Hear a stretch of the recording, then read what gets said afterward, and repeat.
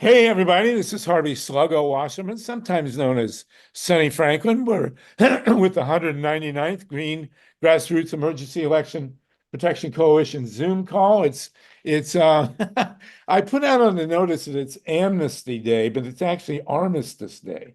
But I think that's a Freudian slip because we want to have an amnesty today, just for everybody to speak their piece and deal with the mega MAGA trauma that we're all through. So everybody, we're going to give everybody time to speak, and then we'll let you all go. It's a holiday, but it's a great to see everybody with us. We get starting with 25 folks, which says a lot for a holiday, and it's really great to have everybody with us. We are, of course, all in shock, and it will take us quite a while to recover, and hopefully this call will help people recover. That's the basic purpose today. We don't have a big um, uh, important guest with us, but we will go through this election with some rigor. And so we're going to start and just open up. Steve and Mike are going to make some statements about what they think and what I think I'll say as well about the election and how it played out. But first, of course, we're going to start with a poem from our poet laureate, Mimi Gurman, who's up in the wilds of Eastern Oregon. And Mimi, whenever I think of you, I always think of you wearing high, thick leather boots to protect yourself from the rattlesnakes. So, but you seem to be indoors, so I hope you're okay. We have many people continuing to join us, but this is an amnesty session. It is basically yours to speak.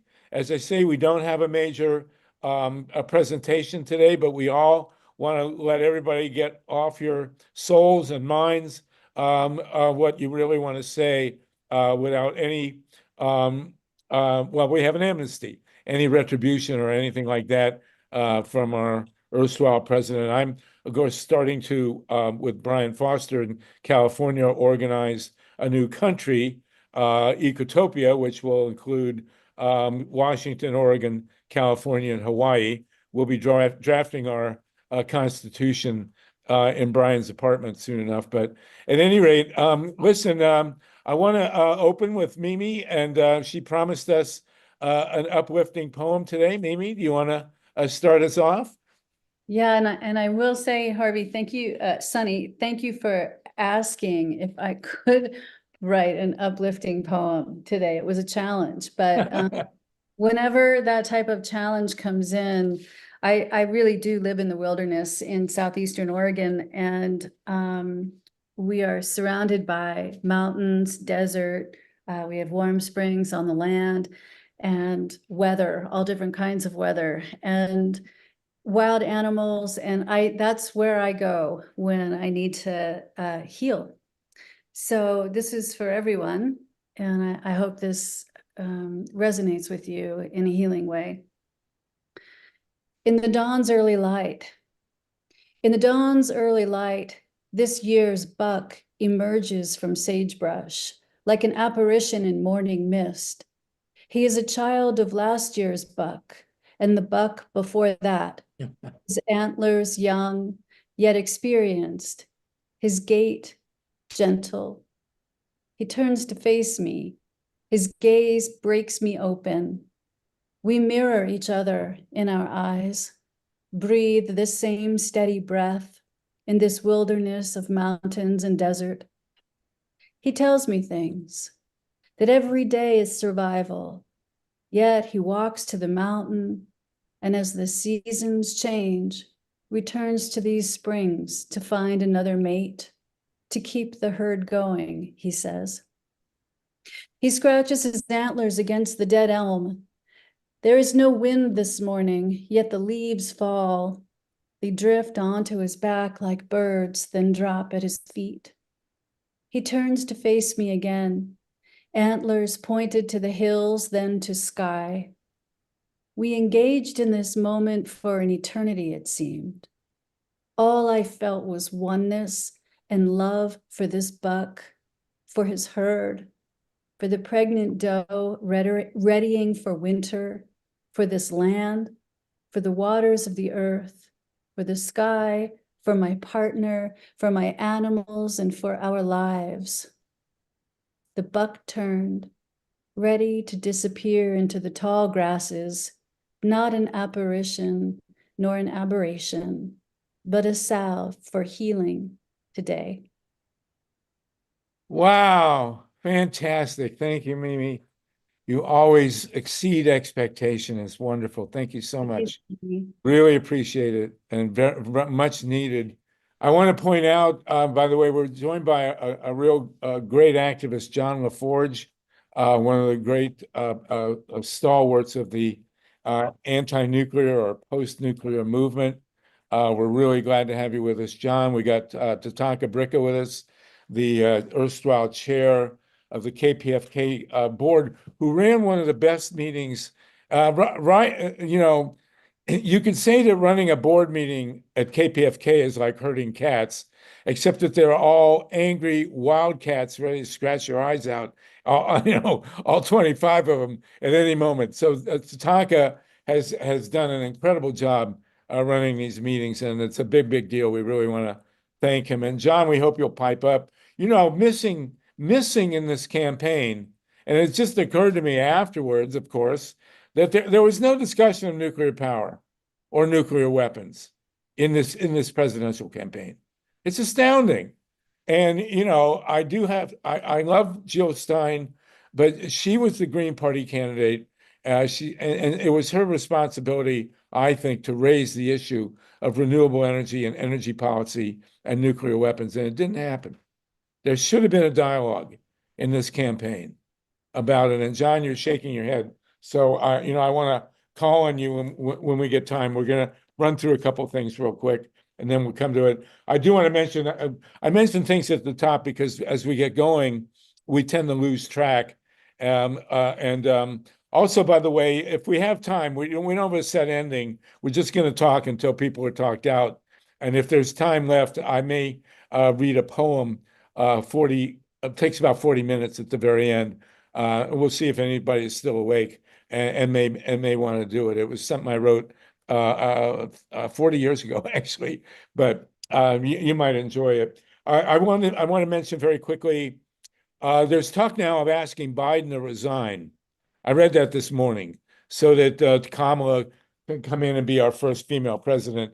I will point out that Kamala Harris was president of the United States for about 3 hours a couple of years ago when Joe went in for a colonoscopy. And she was actually sworn in. We have had 2 women who have run the United States. One was Edith Wilson, Woodrow Wilson, the awful Woodrow Wilson's awful wife, and she did a terrible job. But when he had a stroke during the flu epidemic, he was out of it. She took over. The power should have been turned over to the vice president, but she stood in the way. She wants congressional leaders demanded to see the president, and she finally couldn't resist anymore. So she took him in. He was completely out of it, Woodrow Wilson. She sat him in the chair in the Oval Office, dimmed the lights, brought in a bunch of guys from Congress, they were all men, and had him say a couple words and then shuffled him out. And that's how she held power for a year. She did a terrible job. The other woman who ran the presidency, and I had a severe reaction from Dorothy Wright was Nancy Reagan. And Nancy Reagan, from about 1985 until 1989, when Clinton came in, Nancy Reagan ran the country. And if I were as a president, if I was as a historian would rank the presidents, I'd put her in the top third, actually. Nancy Reagan actually ended the Cold War. She ran a tight ship. She was pro-choice, weirdly enough. And there you go. But then they were never sworn in. But Kamala Harris was actually sworn in for about 3 hours during Joe's colonoscopy. And then, so there's talk about him resigning so she can be president. Here's the question. If Joe Biden had resigned a year ago, what kind of world would we be living in? We wouldn't be looking at Donald Trump. I mean, well, not guaranteed, but it's definitely something to think about. Mike, I'll get you in a minute. I want to say one other thing, and then we'll go to Mike Hirsch. Um, one of these calls started in April of 2020 to question how the election was being conducted. And there's all this media stuff now about what a fair and clean and blah blah election was. I do not believe the results of this election are credible. They're posited on a low turnout among Democratic voters. It's absolutely not possible. There were lines around the block everywhere in the country. We know that the voter rolls were stripped. We know that there were MAGA activists at all the polling places. We had a report last week from someone in Pennsylvania who said at least 3% of the voters in a Democratic area were turned away. We are nonpartisan, but that's an observation. And I do not believe that this voter count is credible. I think that the Democratic voters were targeted, and when you've got a guy with $150 billion to play around with, who's clearly dedicated to electing, Donald Trump, you have to take that seriously. So my line about the election is, it wasn't stolen, it was bought and paid for, and I think that will, if we take a perspective on that as we go forward, I think it will become more clear. That's my personal view, having been involved with election protection for 20 years now. So we're going to be free to discuss that openly. Anybody wants to vent. This is as much a therapy session as anything else. That's why it's called Amnesty Day, which was an accident, but sometimes accidents have their meaning. Mike Hirsch, you want to jump in? And Steve Caruso, and then anybody, Omila, and Steve, and then anybody want to raise their hand, please join in. And Mimi, thank you again for that beautiful poem. Very, very helpful. And we have 40 people with us. Go ahead, Mike. Yeah, just a quick footnote first. George H.W. Bush succeeded Reagan. You said Clinton. Oh, but you're I right. think, You're right. You're yeah, right. Didn't sound right. Okay. yeah. Not that H.W. Bush had a very momentous presidency, but we still need Well, to. he did actually, though. George H.W. Bush is the one who refused to resume underground testing. And there, was a big push to resume nuclear testing, and then he didn't do it, and then Clinton didn't do it. So that was a big deal. But go Very ahead, good. please. You're right. You're right. Well, I just want to echo what you were saying, Sluggo. There's no way the results make sense, considering what we saw. It was not only a complete meltdown of Trump's campaign into a farce where he was doing all kinds of ridiculous things, there was also clear enthusiasm from Democratic based voters all around the country. And like you said, we saw lines around the block. We saw people waiting for hours and hours to vote. And Greg Palast warned us, I think about a year and a half ago, that there were mechanisms in place to curtail voting rights among certain people. And I would like to add in the fact, and this is something Steve Caruso and you and I have discussed, that everything is hackable these days. It's very, very easy for malicious operators to do all kinds of things, from stealing our identity to hacking into our bank accounts to stealing people's credit card information.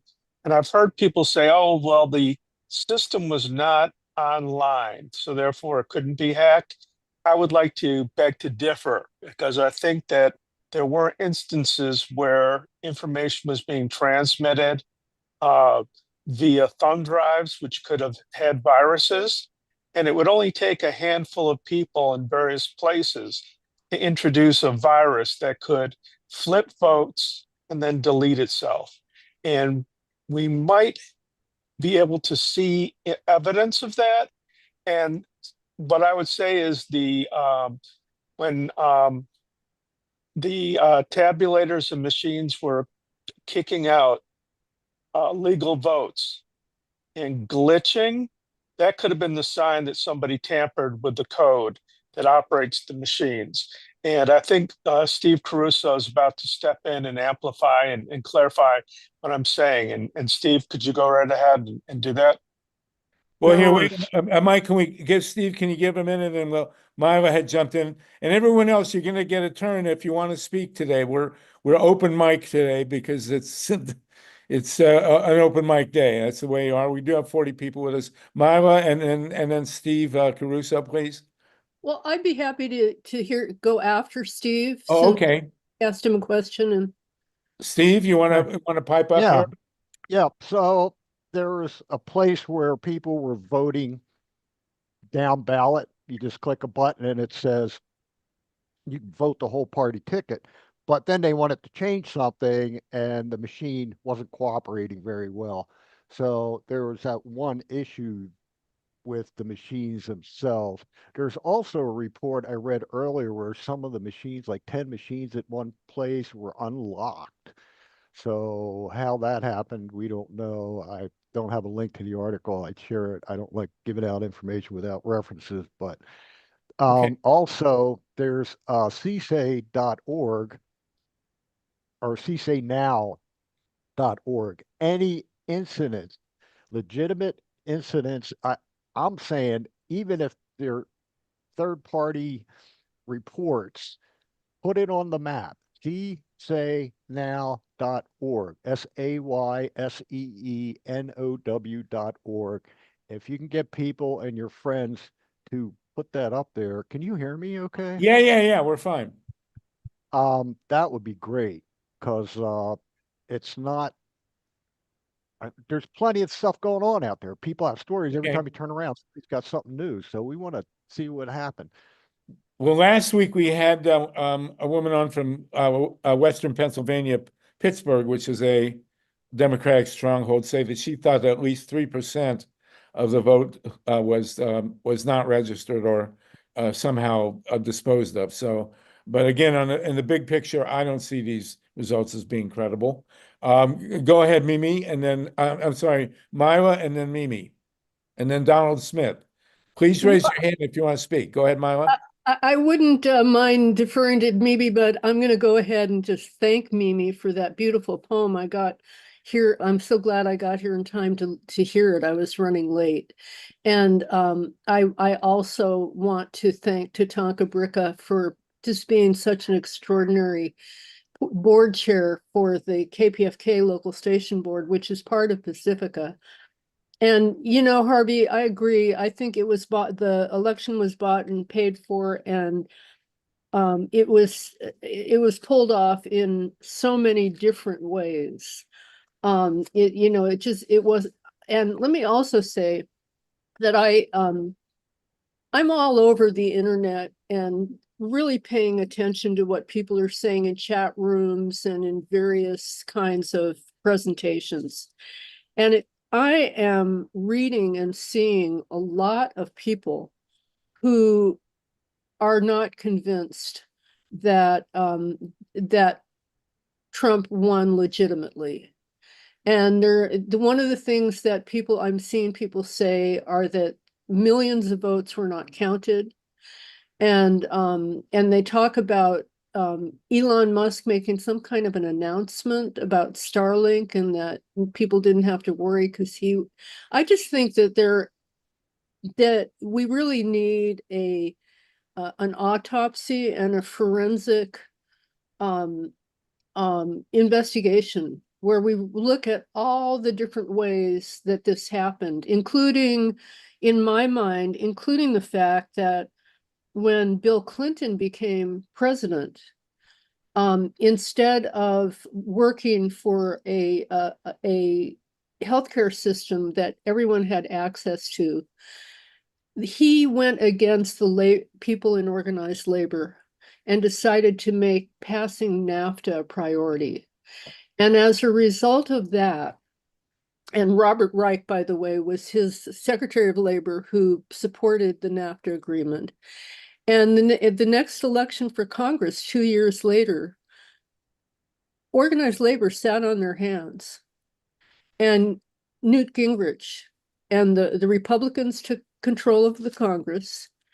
And Right. Newt Gingrich started the what did they call it something, The contract on America. and we contract yeah, on America or whatever it was. So anyway, that was part of, there are a lot of ways to analyze this and to understand how we got to where we are. And but I want to say that I saw Greg Palast was on the Mark Thompson show earlier today, and he named a number of states where he said that he thought that that were where that voted, that it didn't add up for him. That No. And he named Arizona as one of those states that he didn't believe really should have been credited to Trump. So I'm hoping that Greg will join us sometime in the not too Yeah, distant. probably next week or the week after, we'll get Greg. And Thank you. thanks to everyone. Oh, go ahead. I'm sorry. No, go ahead. Well, thank So- you, Myla. Listen, let's, everybody can speak their piece. Let's keep it to 3 or 4 minutes, but well, this is Amnesty Day, so, feel free to speak without fear of prosecution, because that may not be the case in a month or two. Mimi, we'll come back to you and your buck. I see that buck right behind you. He's breaking in your door. Yeah. So I just have a question, and I really don't know the answer to this. I only know that it makes it this much more difficult for me to wrap my head around Democrats, which is when this happens, these questions happen for Republicans, whether it's real or not, they don't concede. Right. And then they don't concede at all. And then they storm the Capitol. Exactly. And here we are with so many votes still being curated, Yes, cured. Yeah. cured, that I'm not saying that well, I am. Why are we so quick to concede? This is my question. And aside from that, since the concession happened, let's say we find out that votes were stolen and all kinds of whatever went down, isn't that moot? Is it just for us to want to know, or can that make a change if we find out? Because I'm thinking it can't, but I don't know. So I'm asking. Well, in Florida 2000, Al Gore conceded, and then he called Bush and unconceded. But then he did all the wrong things. He didn't sue right, and he won the election in 2000. There's no doubt that Al Gore won the election in 2000. And then he conceded, he unconceded, and then he reconceded when he shouldn't have. You're 100% right. And here, the Democrats, Bob Fitrakis, I think, is on the line with Suzanne Patzer here. And, we showed 1,000 ways from Sunday how the Republicans stole the 2004 election in Ohio, and they didn't care. We reported here and there. We never got attacked by a Republican. But the Democrats screamed and yelled at us for showing how the Republicans stole the election. I mean, it was, and we fully informed John Kerry. He was completely briefed on how they stole it, and he conceded anyway, and never said anything. Never said anything. And we knew his people in Columbus, and we laid out, I mean, Bob is the political scientist, and Bob understood how they stole the 2004 election, and we showed the Democrats, and they were hostile to us. The Republicans couldn't have cared less. Oh yeah, well, what the hell? But this year is, I mean, what was the impact on this election of Elon Musk owning Twitter? I mean, really, think about it for a minute, and think of all the things that he did to throw this election with his $150 billion and his control of Twitter. I mean, really. So I will not, and I've waited. It's a week, right? Tomorrow's a week, and you look at the big picture. There's no way in hell that that's a credible outcome. Not a chance.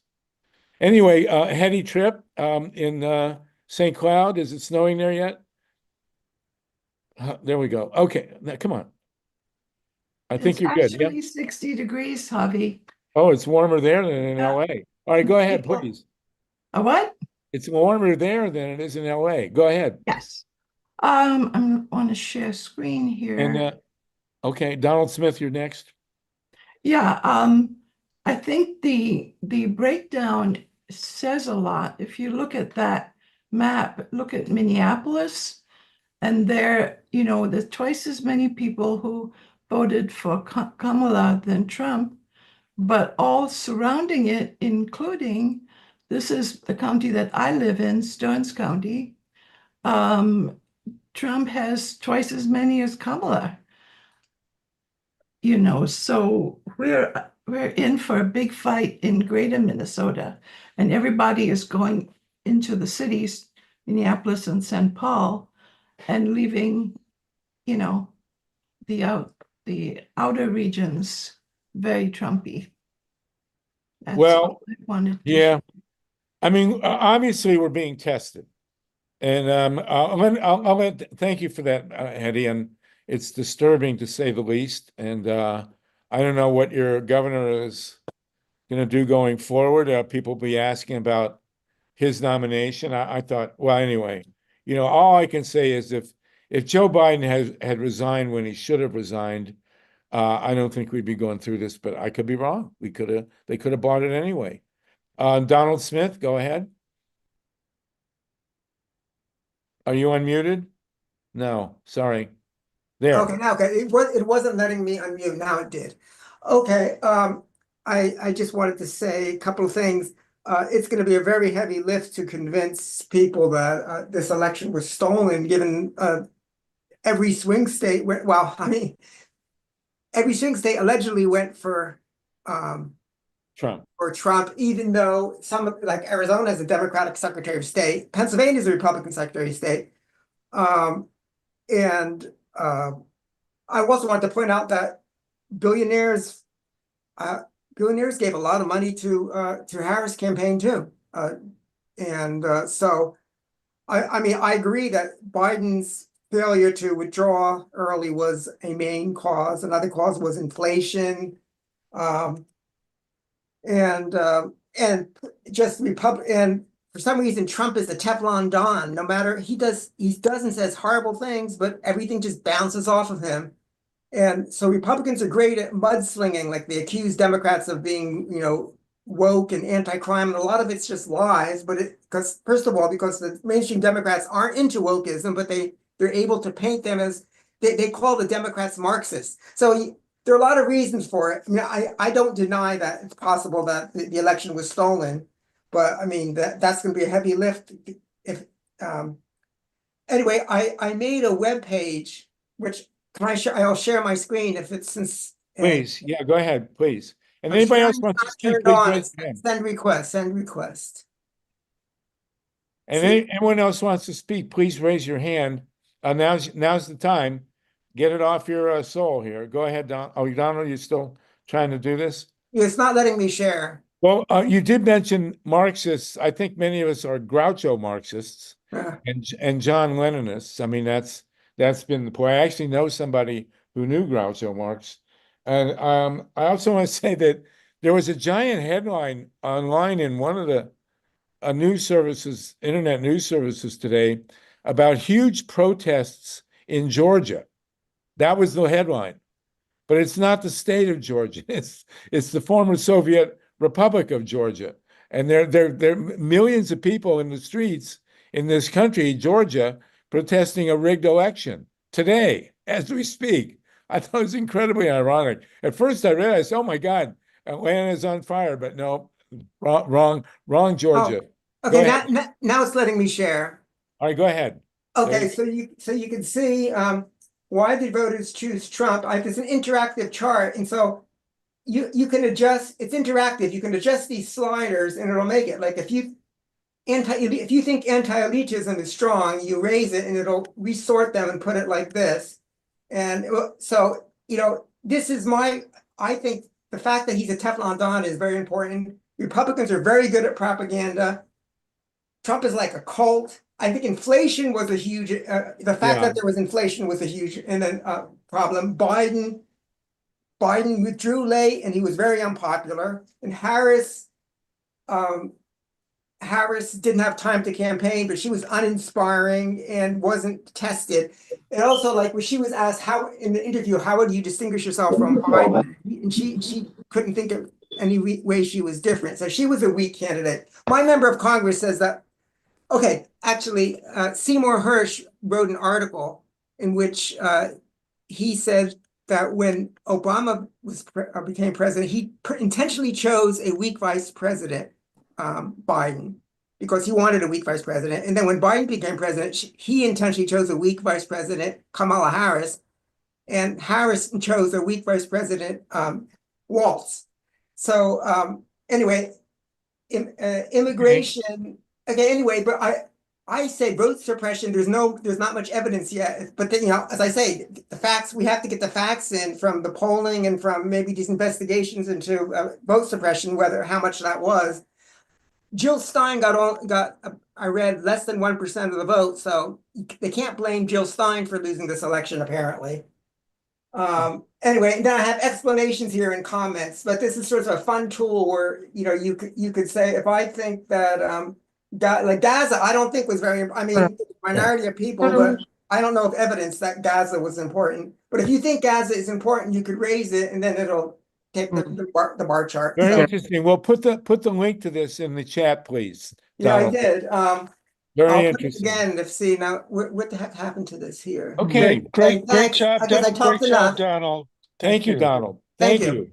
you. Yeah, and you're welcome to come back in. Barbara Wimsatt, you've got a hand up, Barbara?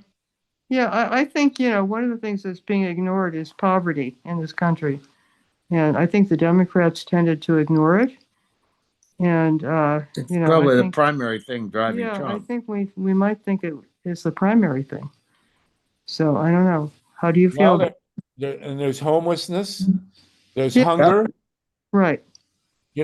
So thank you for that, Barbara, and thank you for that that graphic. But the basic theme, and of course Bernie Sanders has an op-ed. I sent you the link, Steve, if you want to post it. Bernie Sanders has an op-ed in the Boston Globe, which says basically, he won by like 80% in Vermont. And by the way, I live in a suburb of LA. I live in the Valley, and my precinct voted 80% for Kamala Harris. So, but there are precincts in LA that went 2-1 for Trump. So it's not uniform as the whole city. But the number one theme among progressives is that she completely ignored the issue of inflation and poverty. She didn't deal with the issues that affect everybody on a daily basis, or most everybody. And then she ran with the Cheneys. And if there was one reason why Democrats might stay home, that would certainly be it. I mean, I was very glad to see Liz Cheney attacking Trump when she was on that committee, but to have Dick Cheney in bed with the Democratic nominee, that was a tough one, I gotta say. Dara Abdon, Dara, are you new with us? I've been to a couple of them, but I've never said anything. Well, that's what today is for, please. I'm not sure how well known it is, but I think a major thing that's being overlooked is the religious plan. There was a lot of preachers and groups that were rounding up people to vote, or they were I can't. There's a video. I'll have to find it to link it, but it's talking to the congregation, showing them a video of how to end up being the ones counting the votes at the right at the ballots and everything. And I just wanted to mention that in case. Well, that was Steve Bannon's plan. Steve Bannon's plan, what it was for the MAGA activists to infiltrate the election boards and take them over. And maybe they did that. I wouldn't be surprised, and we don't know what kind of impact that's going to have on a vote count. It's going to be very hard to really cobble together, since the Democrats don't don't cooperate, it'd be very hard to put together an ironclad case that the election was bought and or paid for. But the big picture seems to me pretty obvious. I mean, that's just the way I see it. But and having been doing this for 20 years on election protection, Brian Foster, thank you, Barbara. Is there more you wanted to say, Barbara Wimsatt? Yeah, well, I wanted to say, the what I said about poverty is one thing, but I mean, in fact, the fact that we are, the Democrats have these wars going on, Yes. and that is contributing both to, a terrible loss of lives and so on, but also to poverty. So, I mean, those are two related issues that I think are quite horrifying. Well, hearing Donald Trump characterize himself as a peace candidate is, is like an acid flashback. I Yeah. mean, that is like so far, and people Well, want it. I and talk, he, but people. at the same time, he also is supporting the war in Israel. So, he talks out of both sides of his mouth, of course. Well, we know that, and Harris, who found herself between the rock and the hard place on Israel, and Yeah. that I think very calculated as far as I can tell. But Yeah, it was tough. Yeah. there's an exhibit traveling around, which I actually strongly advise people to see. It's very, very tough to go to, but it's the Nova Festival. They recreated parts of the Nova Festival that was attacked by Hamas, and they have the pictures on the wall of all the kids that were killed, and I mean, it's just it's very, very hard, and it really makes you understand the rage that erupted, but who really set it up? That's the question. And what I didn't understand, and maybe people can explain it to me, is people who were concerned about the Biden administration's role supporting Netanyahu. What did they think Trump was going to do? Um, and we're going to see. And this is we're all being tested now. As a historian, I'll indulge in saying this.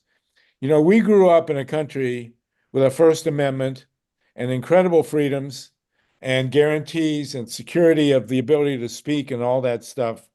And that's for the first time in 1787. Well, it was ratified in 1789. So what is that? 230, 25 years. And we've been on the having a kind of a free ride. And for the first time, we have a genuine, well, no, Woodrow Wilson was a dictator. Woodrow Wilson really completely shredded the Constitution. And the period in the United States from 1818 from 1918 to 1920 or 21 till he was out, we were Yeah. definitely a dictatorship. That's really But true. we still Wow. had an election. But we Wow. may have only had an election because We Woodrow. had the Sedition Acts passed during that time. What's that? So, I mean, I think, the war in Gaza is horrible, but so is the war in Ukraine. And, we keep sending them weapons and extending that crazy war. I mean, that's horrible as well. Well, And now no- we're going to see what happens, and we're going to see if we'll see what a world looks like without NATO. And the thing about Donald Trump becoming president is be careful what you wish for. I mean, all these people who want him in there, and now they have the Congress and they got the Supreme Court. We are basically, a dictatorship at this point. Well, as of January 20th. And anybody thinks they know where they can go, at least in Nazi Germany, the Germans could come here. The refugees had a place to come. Hmm. I don't know where anybody would go now. We'd have to go to Germany. Well, that's ironically, although the German government fell, as Dave Saltman pointed out last time, the German government fell the day of our election. Who knows what that means Wow. at this point in time? Wow. So if anybody would know the mechanics of stealing an election, it's Ray Lutz. And he's with us here from Arizona. You're in San Diego, right, Ray? Yeah, San Diego is my home base, but we're So working is all is over the place. We're working all over the place because the hot spots are not in right. San Diego ever. But Is Gavin Newsom going to be able to protect the people of California from well, ravages of Donald Trump? hard. I can't predict that, but I'll tell you what. If you can give me a couple minutes, I'm gonna listen to this. Yeah, I'm listening. I'd like to tell you. Like it and so many others, I'm really disappointed in how this turned out. And let's face it, none of even the best polling people were apologizing because they said this didn't turn out the way they thought. But that also points to the fact that it might have been manipulated. Okay. Now, I want to make a framework that maybe we can work with, and this has 7 categories. So I guess Can you do it in 4 or 5 minutes? yeah. So Okay, so basically, I'm just everybody who going doesn't know, by the way, but before we have some new folks on, Ray Lutz is a world-class expert in the elections, and his presentations are very, very mathematical and credible. And he was instrumental in the audit of the Arizona election in 2020, had a real impact. So Ray, and please do follow him with respect because he really knows what he's talking about. So give us 4 or 5 minutes, please. I think this is big picture, so it's not going to be too much in the weeds like roll the eyes that I can sometimes go too far with. But essentially, I was looking at trying to understand the categories of action really during an election and before and after and so forth. And what are we talking about? Because a lot of things when people say this election was stolen or it was changed or whatever, we're not talking necessarily about actual, manipulating of the votes. We're talking about other things. So let's start with, and I'm just going to name them and just talk a little bit about them because I don't want to go too deep because you could, right, about each one of these. So first ones are the candidates, policies, and the platform. Who are the candidates and what is their platform and so forth. And interestingly enough, they don't like to say what their policies or platform is anymore because then they would have to defend it. And so they like to just say nothing, especially Trump would never say what his platform was really. But what candidates? Did we have the right candidates? Were they going to be able to, people are going to be shooting each other saying we could have had a better candidate, but then there's messaging and information warfare. And this is usually what people say is election manipulation. What were the messages? Did we do the right kind of messages? And did they lie? And did we lie enough about them? Back and forth. Was there too much ridiculing? I know they do this all the time. They ridicule Trump about every word that he says wrong. He loves it because then everybody pays attention to him and they put him on the screen. So less ridiculing would have been better probably, and people get sick of it.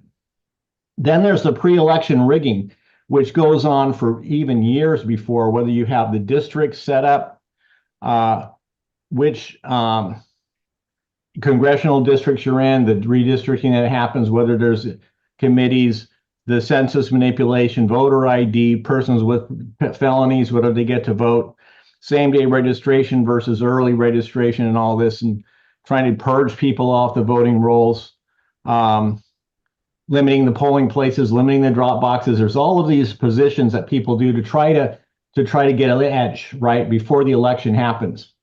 And the Republicans did a lot of this in this last election. They had all kinds of lawsuits to try to change this, how many drop boxes were allowed, whether you could early vote, blah, blah, blah, blah. So that's one big category. Then there's scams during the election. We had people setting fires in drop boxes. We had distractions, bomb threats, threats to people. We'll find out who you voted for and we're going to persecute you or get you later. Lotteries, $1 million giveaways. I mean, I've never seen that one before. Sometimes it's like they send things out and say your voting place has been changed And in fact, the election isn't until a week later for you. And so the people don't show up. So that's the scams during the election. But then finally, there's modifying the outcome. And this is a thing that I think is definitely a possibility in this election. Why? Because the Republicans and their operatives stole at least 3 times voting machines and central tabulation software, looked into it and found out how they could do it. They really learned a lot in this last round. And could Elon Musk have put money toward it and done something? I think so. So we have to assume that this may have probably did happen. Okay. And because the results are so crazy. Like if you look at Nevada, which did Hillary won by several points, Biden won by several points, and all of a sudden Trump wins by 5 points or something. It's like, okay, well, you went 2 times here and you jump over here.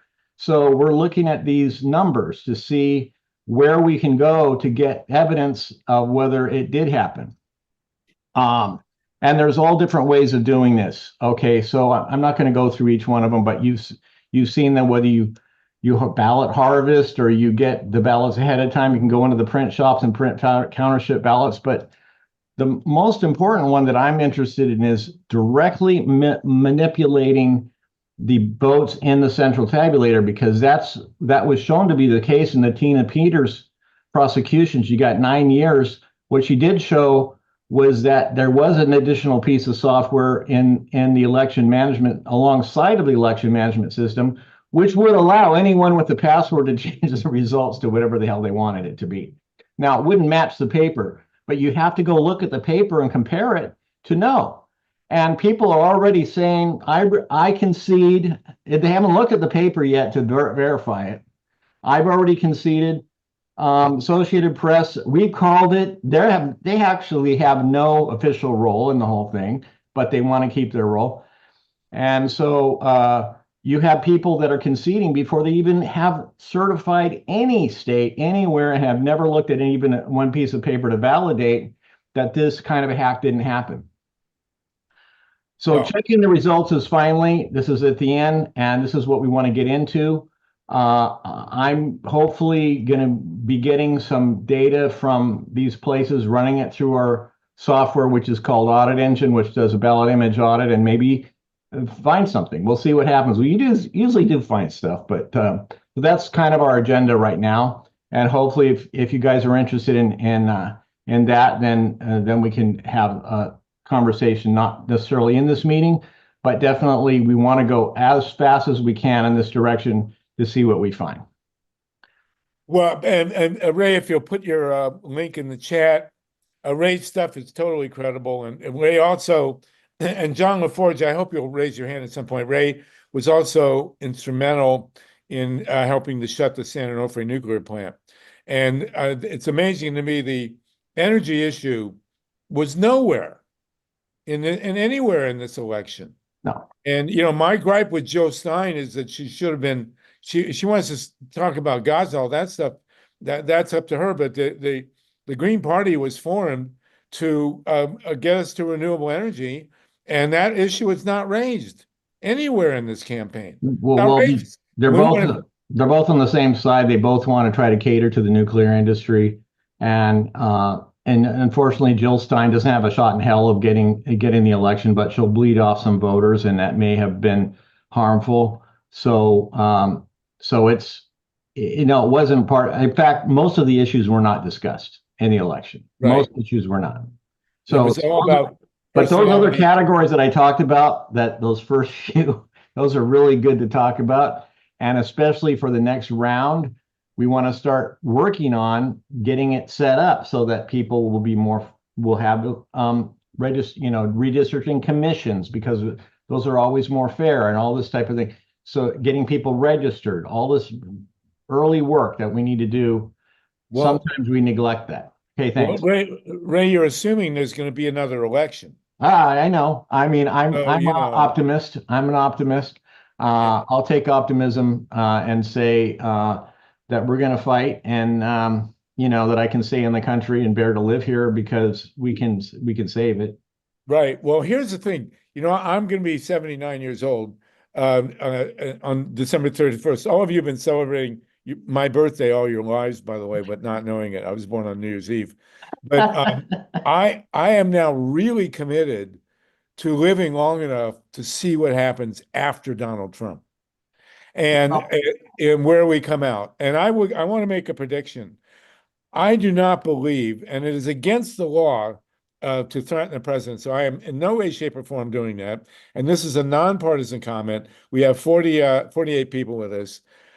I wonder how long these billionaires are going to put up with him. The one thing that people with tons of money really require of the president is stability. And that's why they moved out Nixon, because they couldn't, it was too unstable. And, Donald Trump is nothing if not the definition of instability. And that's why he's so interesting. That's why, in Paradise Lost, the most interesting character is Satan, because he's Satan. And the good guys, they're never interesting. Who cares about the goodies? It's always the bad guy that people are fascinated by. And so that's one of the reasons I think Trump has continued to command people's attention, because he's so it's nauseating, but it's always something new. I don't think the big money guys are going to want that. The real guy that the big money that Elon Musk and all these other billionaires want is J.D. Vance. He's a tech bro. And he's the guy who's really the business end. And they're going to, sooner or later, they're going to get tired of Donald. And he's also going to get tired of being the president. So we'll see. I'd like to start a lottery to see, when J.D. Vance takes over. But that's for another story. Tatanka, thank you, Ray. Stay with us, please. Tatanka Bricka, go ahead. Yeah. So thank you, Ray. You covered a lot of the things I was going to cover. So I'm not going to cover all that I'm going to focus. If you haven't read, this is Bernie's latest book. And basically he did, I saw a brief interview where he actually really got mad, and I thought he didn't say the DNC, but he was really angry about what the Democrats did, not representing working class people, kind of a bigger focus, that they had nowhere to go. They couldn't go to the Democratic Party because they were identified with the corporate people and not Trump. So pay attention to Bernie. Pay attention to Greg Palast. He's earned my respect from his coverage on 2000, 2004, 2008, 2016, 2020, and 22 and 24. In 2008, just the depth of the coverage.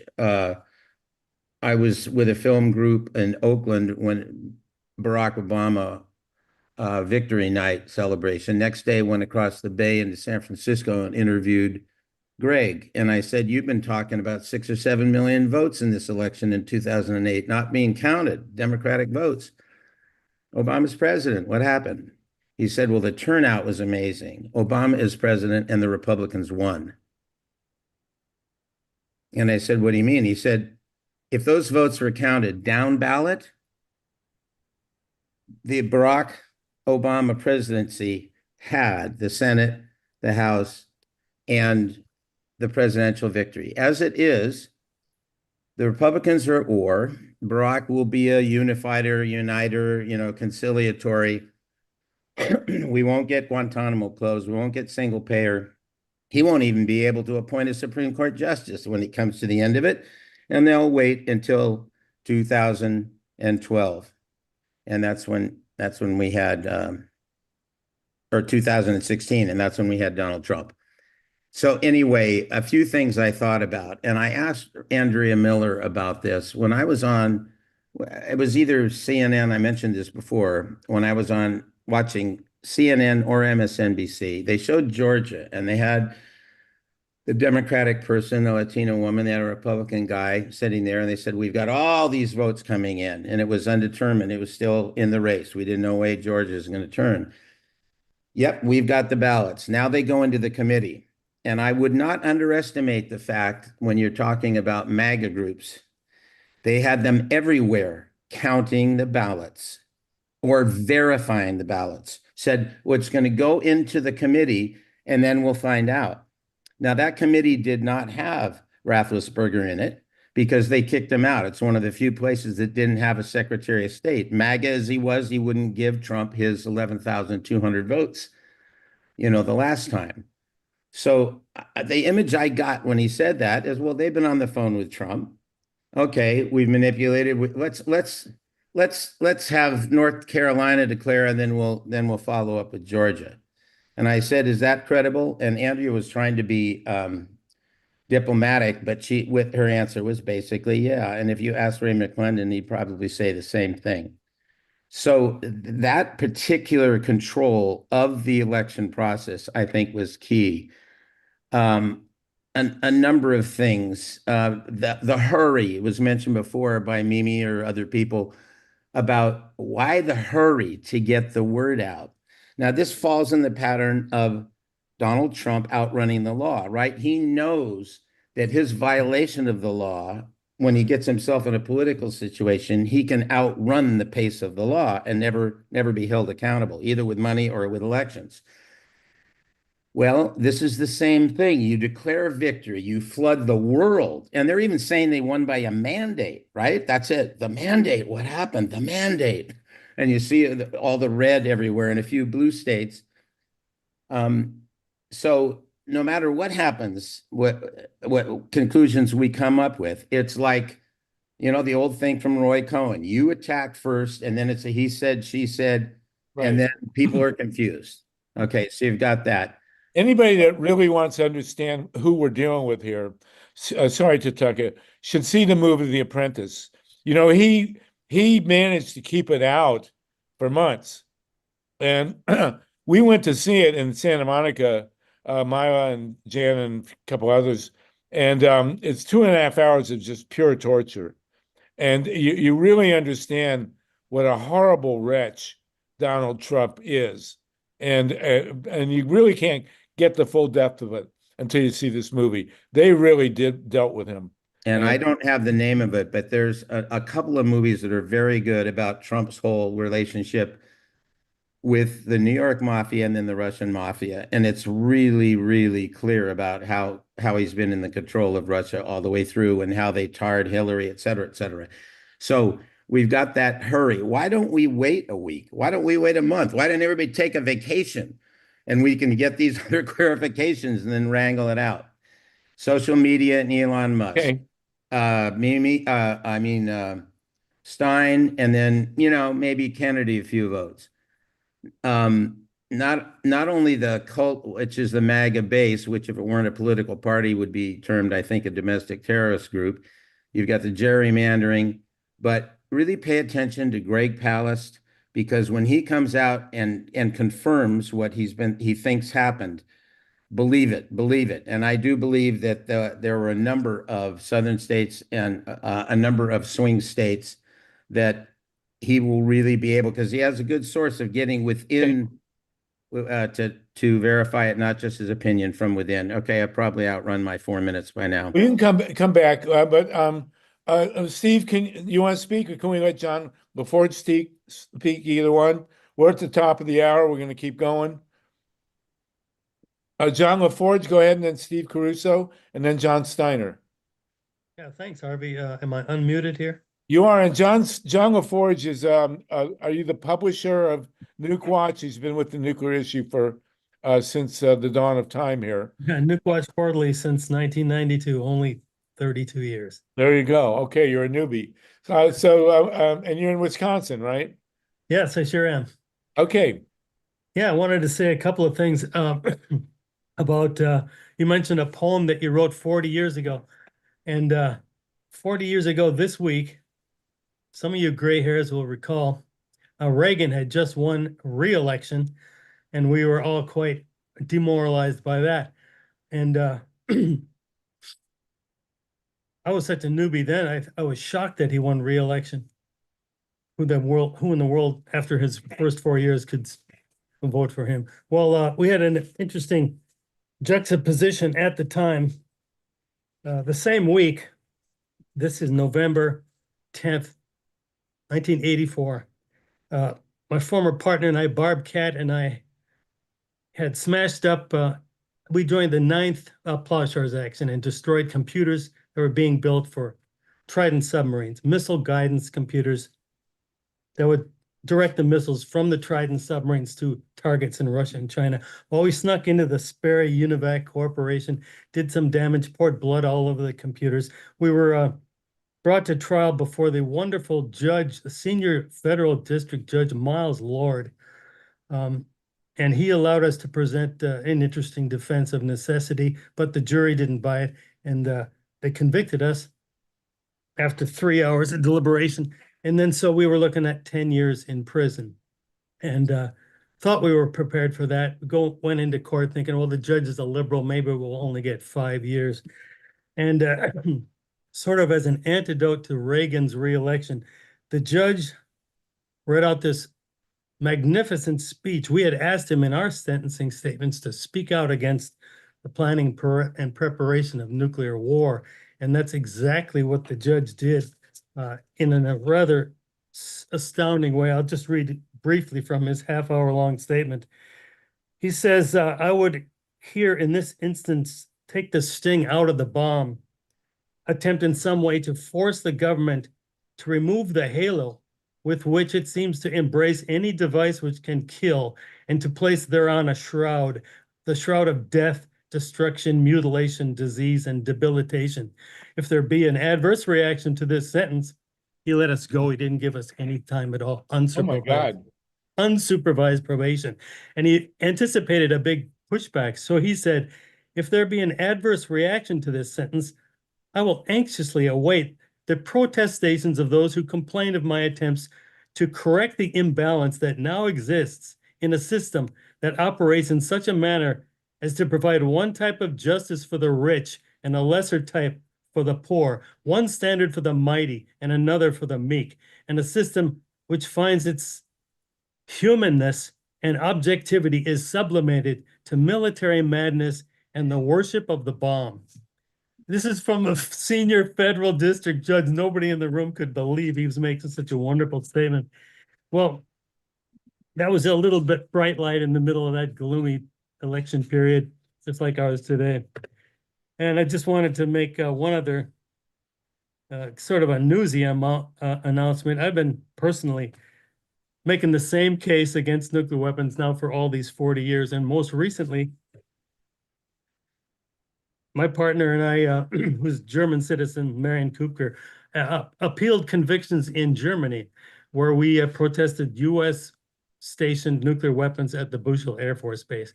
Dozens of people have been arrested there over the last 30 years. And at trial in Germany, we had tried to introduce the expert witness, Professor Francis Boyle from the University of Illinois, whose books analysis of the legal status of nuclear weapons we've been advocating for decades. The threatened use of nuclear weapons is a violation of several treaties. The stationing of these U.S. bombs in Germany, Belgium, the Netherlands is a violation of the Non-Proliferation Treaty. And so we made this case at trial, and we wanted to introduce this expert witness, Francis Boyle, who would corroborate our civilian non-expert defense testimony, and the judges just refused to do it. So we complained to the European Court of Human Rights in Strasbourg that these trials were unfair. They denied us a proper legitimate defense by excluding the experts. Well, sad to say, this court in Strasbourg ruled against me. They said that our complaint was manifestly ill-founded. That's a kind of a kick in the head, but we think they're wrong. And actually, that's the end of the line for appeals in Europe. You can't go any further. That's the end of the case. But we're going to continue drawing attention to these U.S. bombs, which are right up in front of Russia's nose, and all the NATO exercises that rehearse the use of these weapons in attacks on Russia ongoing. Well, just in October, they conducted Steadfast Noon, which is a rehearsal for nuclear attacks. Well, let's see if Donald Trump pulls these bombs out. That would be a kick in the head, wouldn't it? Yeah, he mean, likes withdrawing from treaties. Maybe he'll withdraw the bombs. yeah, you know, and I would like to point out, by the way, you know, you mentioned Reagan becoming president. Soon after Reagan was reelected, Nancy took over. I mean, he was really out of it by He was 85. daft. He was gone. So let's think that happens to Trump. Do you think what kind of a president do you think Melania will be? Just a question, just something to think about. Okay, Steve Caruso and Thanks, then Harvey. Lynn Feinerman. Thank you for that, John LaForge. You're a great hero. We really and Tatanka, thank you for what you said. It was really great. And you know, we're at 6 minutes past the hour. We got 42 people still with us. This is the call in America with the longest attention span. I do want to point out there's an event tonight. Emily Levy is doing a with scrutineers. Steve, I don't know if you got the link. And then tomorrow, Andrea Miller, John Steiner, I think you have the detail. Andrea Miller is doing a major event tomorrow that we want to turn people's attention to. Go ahead, Steve, and then Lynn Fireman. Yeah, my question was while Ray was on, it's about Michigan ballot images and their availability. And who was behind blocking that? Was it just the Secretary of State, or You got to speak up a bit, Steve. You're a little soft. other people in Michigan blocking the use of images or saving them? They're destroying them apparently after the election without any retention period. So, and then the other question was on Hartman today. He said Kamala Harris would have won the election if 3 swing states had 155,000 votes. And I don't know if that's per each state or for all 3 of them together. So that was an interesting fact. I thought that was quite compelling. Thanks. Okay, thank you. Oh, somebody's on their keyboard. Maybe I can try to answer those. Okay, go ahead, and then we'll go Steve.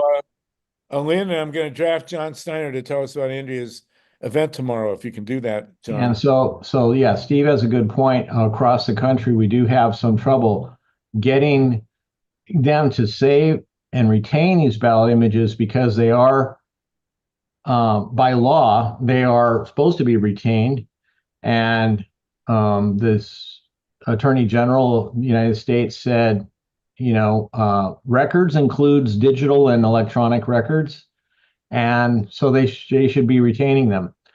We sent a letter to Biden and Merrick Garland saying they needed to clarify this even more and say that ballot images actually are records too, and they should retain those.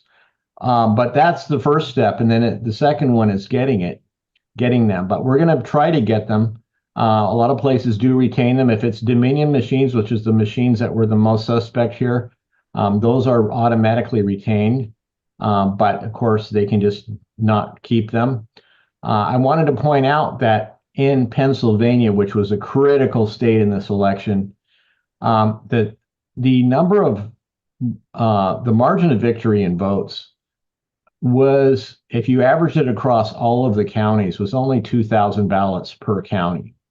Now, some of the counties are pretty small, so you couldn't find 2,000 ballots in those counties, but some of them are really big. So imagine the fact that it wouldn't be that hard to shift those votes over, 2,000 votes or probably 4,000 votes. Because I figure the most likely type of a hack is if the election is being won by maybe 2-3%, and then you have to change it by about double that. So you'd want to change it by about 6% so that your candidate is winning by 3%. And then that makes it look like a landslide victory, as you can say that was. And so it should be fairly easy to find if they will look at the paper.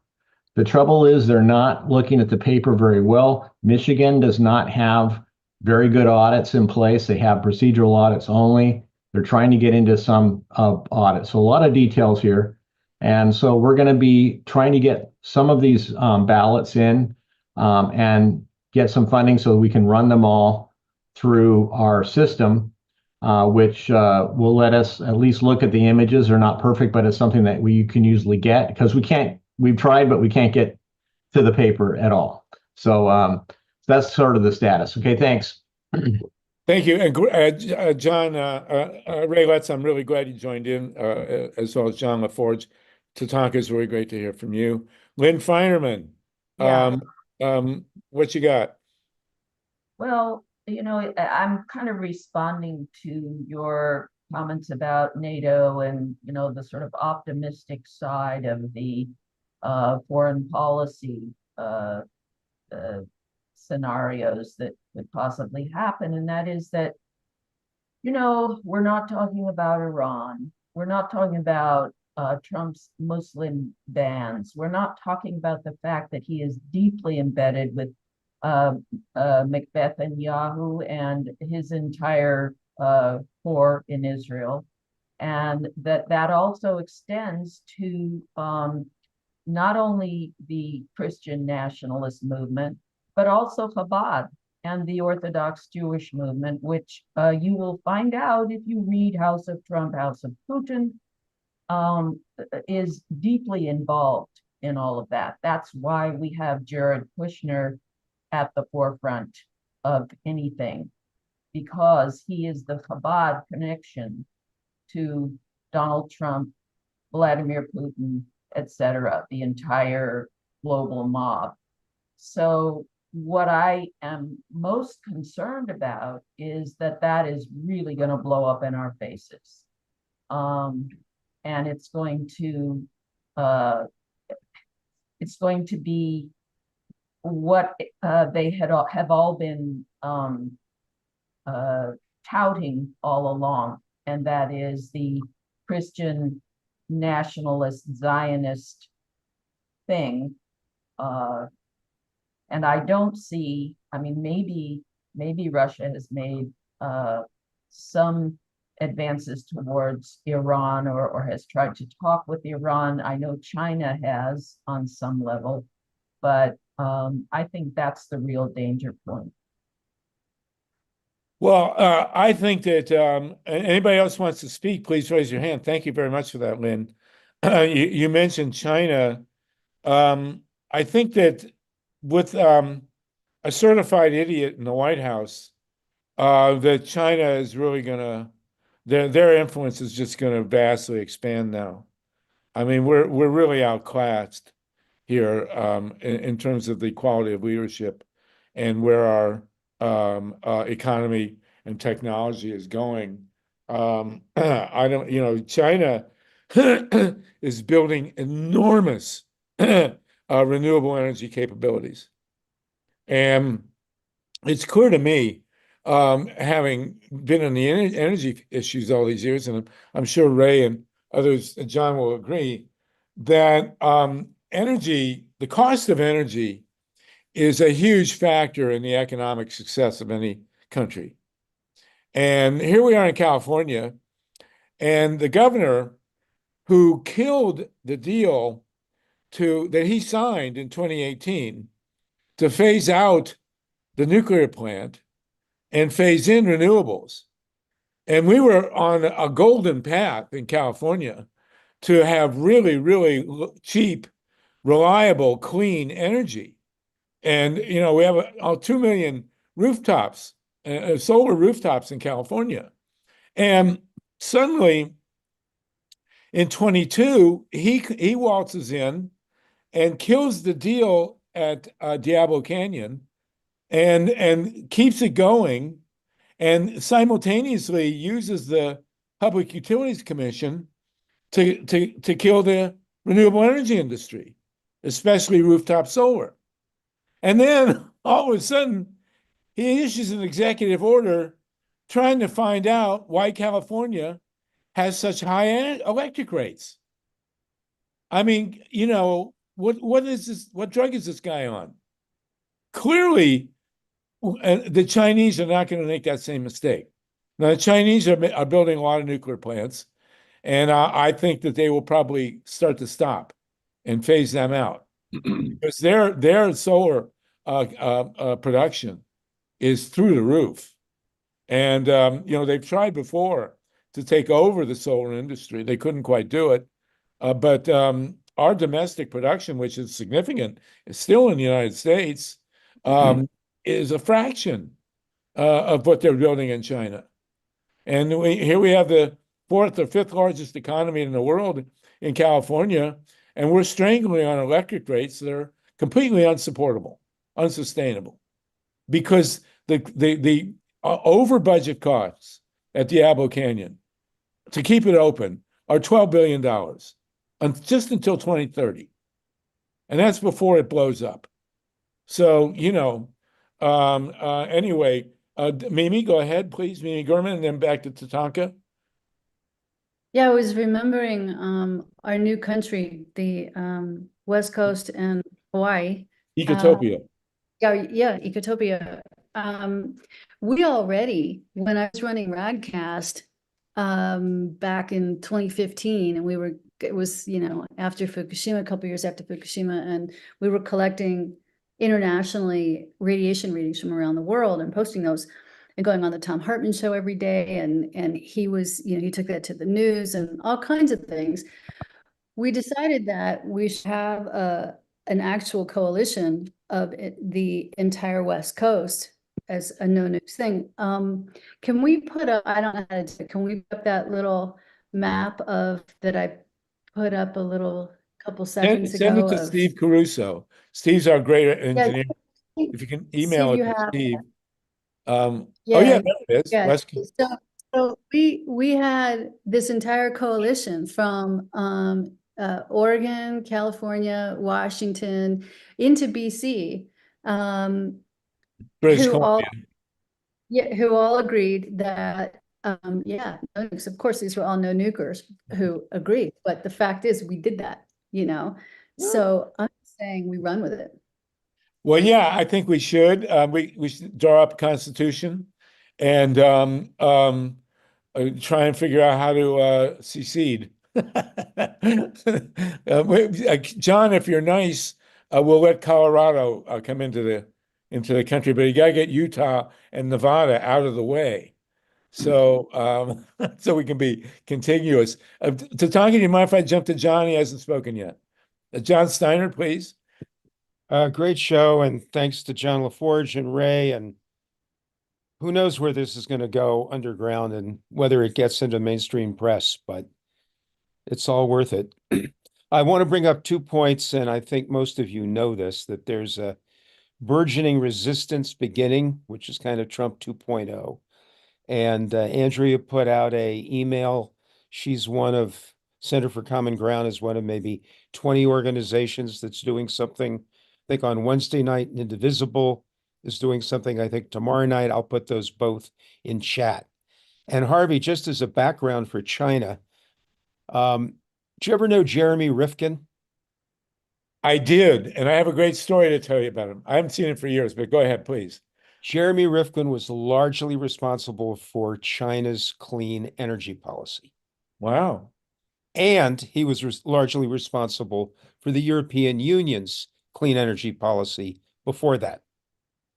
Well, Jeremy's a great guy. Yeah, and he's got a new book out called Aqua Planet. That's right, yes. But anyway, he would be, I don't think he'd ever come on, but he'd be great to have on sometime. All right, so can I jump in and tell a quick Jeremy Rifkin story before it? And then Harvey, you're going to do it anyway. No, I'll defer to you. All right, real quick. No. I think I've told the story. Jeremy and I spoke together once in Delaware, Ohio, and we were talking about the perils of the road. And I told him that I had flown once from Miami to Duluth and spoke to 5 people. And he said there was a time he wouldn't fly. And he said he took the train from DC to Denver, and 2 people showed up. And he said a line I never forgot. He said, but you got to give the whole speech because one of them might be a Gandhi. So I told that story many, many times. And then one place, a guy came up to me and he said, that story actually comes from the autobiography of Bertrand Russell, who was the great British peace activist. And Bertrand, and I can't confirm this is what was told to me. He said that Bertrand Russell said that he once called a huge peace rally for Trafalgar Square. And one person showed up, but it was Gandhi. Right. So there you go. That's why we do these calls, by the way. Right. Gandhi, if you're on, please raise your hand. Go ahead. Tatanka, before you come on, when do you think Greg Palast is going to be able to come on with us with the information that he's gathering? Well, I'll ask him. He's my neighbor here in LA. So I'll get him and he'll come next week or the week after. Well, or when he's got Yeah, his report that he's ready for. right. Yes, yeah. Okay. Thanks, guys. Hey, thank you. And thank you. Do you have the link for Andrea's It's going in the chat and for Okay, great. individual. Thank you. And for those who are interested, we'll also put a link in the chat, the title of which is It's a Time for Bodhisattvas. And Yes. really looking at I won't call it the spiritual dimension, I'll just call it the dimension of how do we hold our negativity in all frames and really transmute it into a stronger calling. Well, of course, with Trump now, it's the dementia dimension, but that's another story. So We'll do that next week. And I want you to know we didn't get him. And I don't know if you know this. You know the name Peter Coyote? sure, I know Peter. Peter is a Zen master. Oh, yeah, yes, he is. That's right. And I thought he would be perfect to bring onto this show to really talk about the dance between spirituality and activism. Well, So, Peter Coyote, if you another story coming. no, well, if you've seen a historical documentary film, any historical documentary film, the odds are very high that he's the narrator. That's right. He's like the go-to narrator of many, many, many. So yes, he wrote a book called "I Sleep Where I Fall," and he lived on a commune. He was a digger in California. So yes, getting Peter on would be fabulous. We'll see. Unlikely, but we'll give it a shot. Yeah, why not? Absolutely. Tatanka and then Steve. Oh, you're late. You're muted. You're muted. Hold on. This is fun, you guys. We still have 40 people with us. Go ahead. You hear me now? Okay. Anybody want to speak? Raise your hand, because we're gonna wrap up soon. Go ahead. Yeah, I want to thank John for putting those things available in the chat. I was on one of them on Thursday or Friday, and I'll be on another one tomorrow. Thank you, Mimi, for your stunning poetry each meeting. What a great way to open the show, Harvey.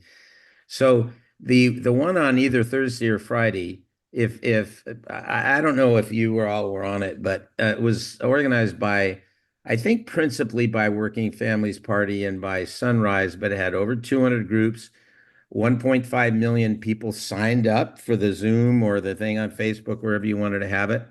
And it was a real upper. I mean, every one of these groups, they had about 50 or 60 speakers with a very little amount of time representing union, people in education, people in immigration. It was mainly Black and Brown, Latino, Asian, Pacific Islanders, Native, but really up. Everybody was very, very positive, ready to go and join the work that we're just beginning our work. Okay.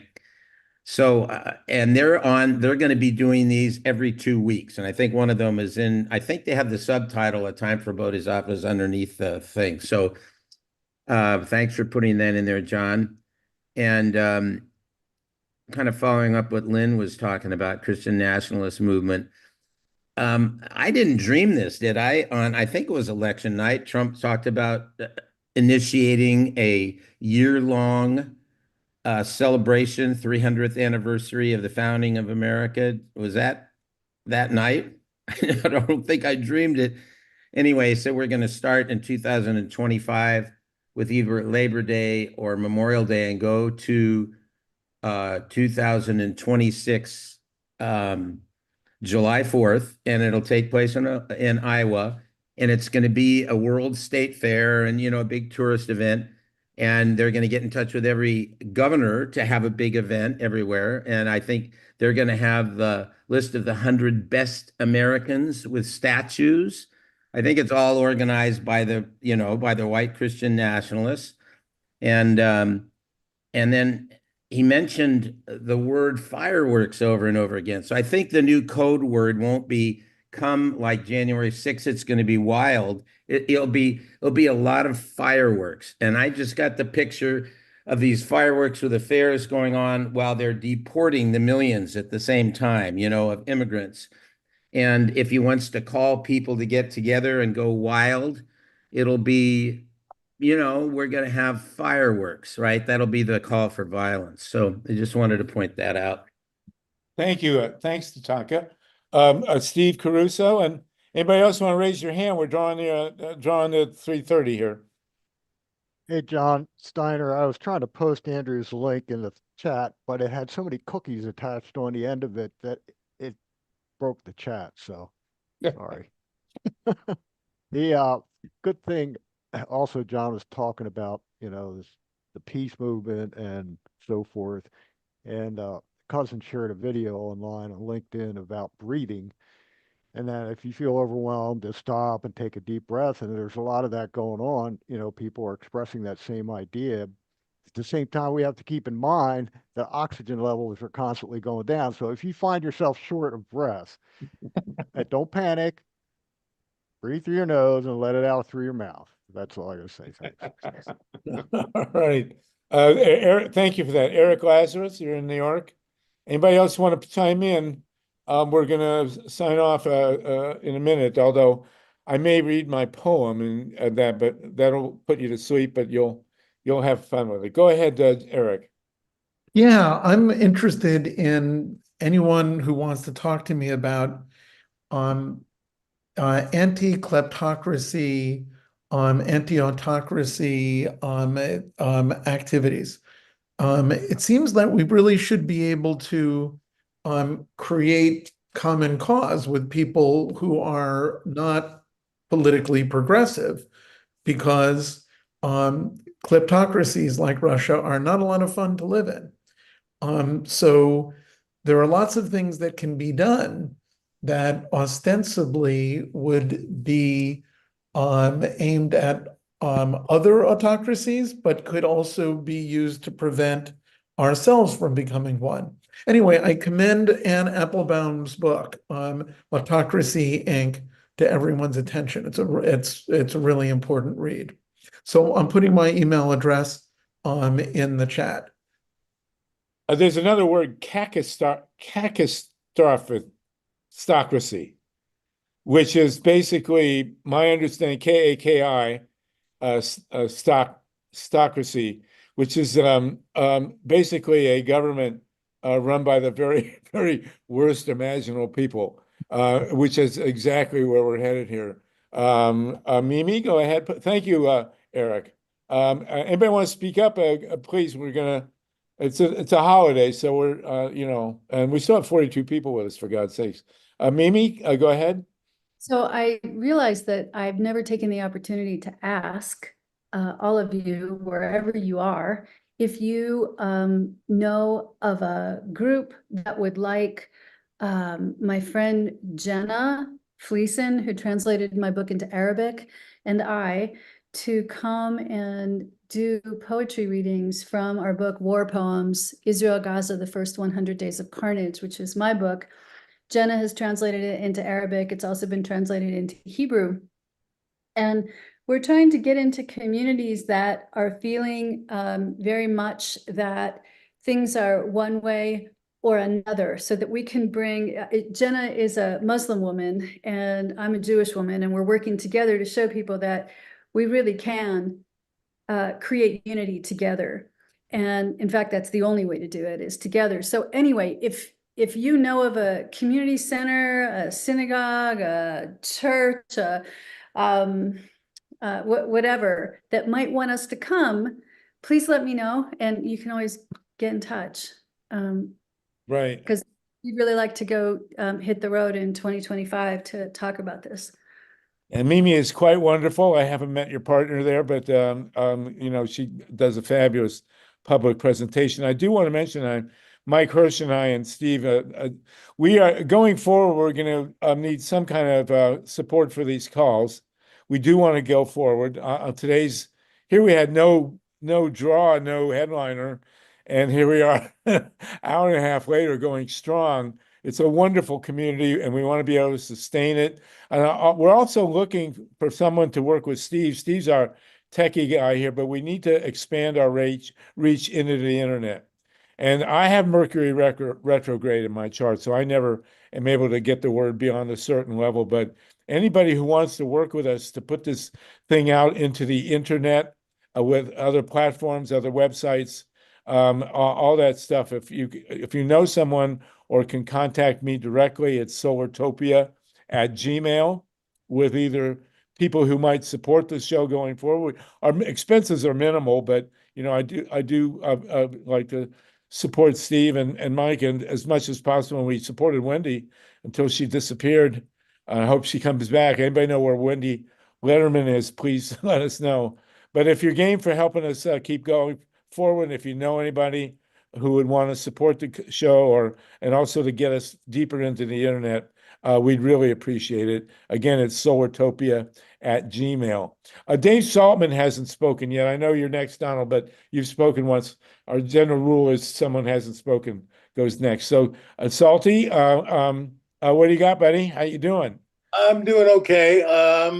Yeah, this is really interesting, and I admire everybody's courage and spirit. It's amazing that we can carry on. But look, with that in mind and looking towards a forward strategy, I'm wondering what has happened to all those billionaires who were supporting the progressives. Because if there's one thing that billionaires understand about other billionaires, it's money. And I think that might be an interesting coalition to start forming. Those guys, did they just drop out? I haven't heard a word from any of those alleged guys. And I think that people especially people like Richard Branson, and I can think of a few more, even Warren Buffett, who is a lifelong Democrat. They might have some good ideas about what Trump and company are up to. And I'm really worried about what Trump and company are up to.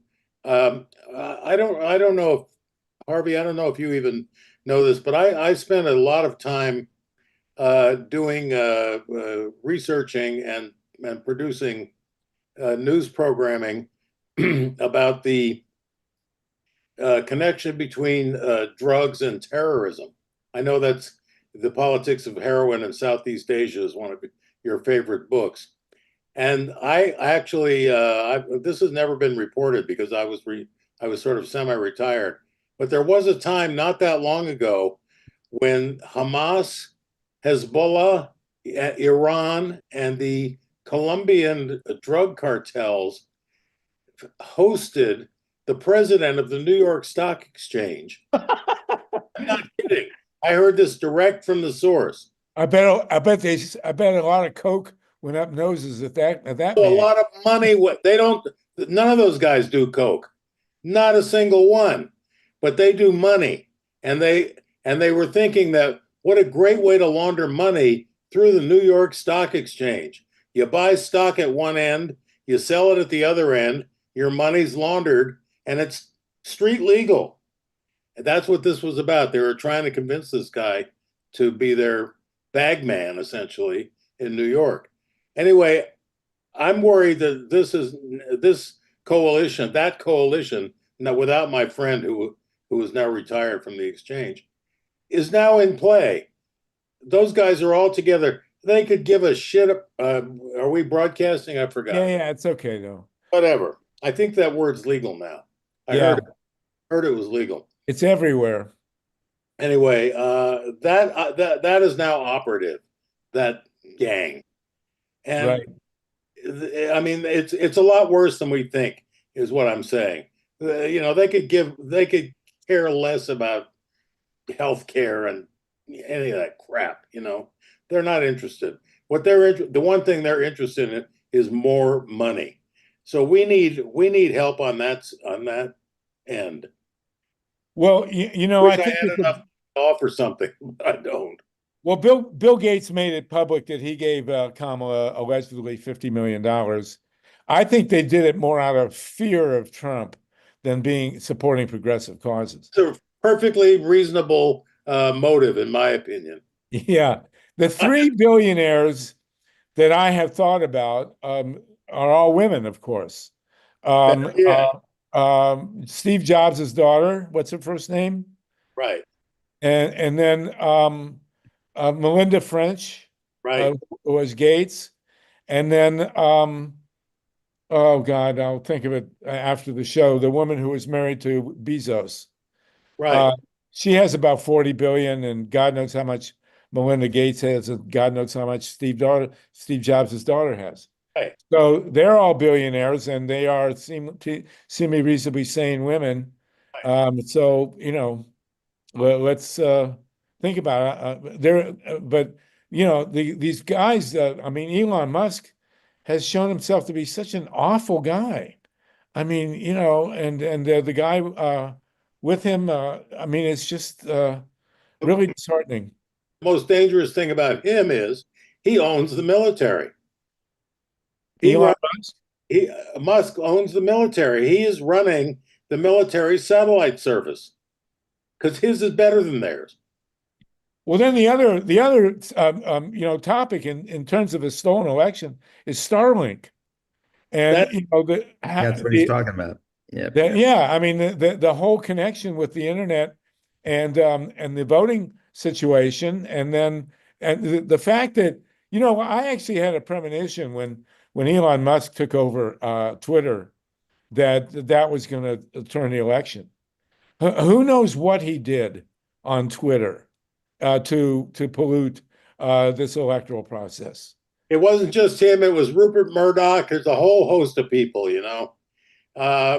But yeah, that's the enemy, and there is another side to that. Who are I hope they got as many billions, but let's start with a few billion and work our way from there. You know. For those of you who don't know, Dave Saltman is a veteran TV producer and made a couple hundred documentaries. He's the only guy I ever met who interviewed Woody Hayes. If those of you who know, Woody Hayes is that he was the football coach of Ohio State. I won a Peabody Award for that. And you're the only one who ever interviewed on film a president sitting in the Oval Office. That is correct. Who was Ronald Reagan. So there you go.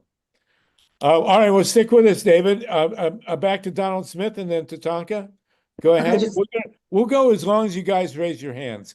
It's 3:40 now in LA. So if you want to keep talking, think of this as a therapy session.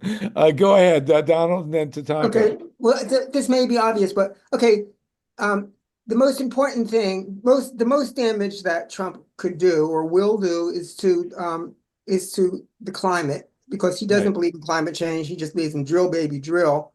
And that, may destroy civilization. It was going to accelerate the destruction of civilization. Compared to that, who cares about US democracy?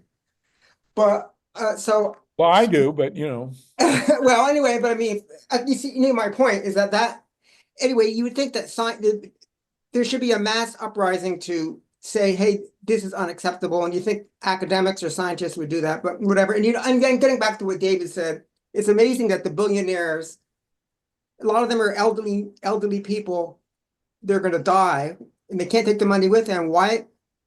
It's amazing that they don't devote their money to trying to save democracy and to stop the craziness. It's just sort of a mystery to me why these people go into the money.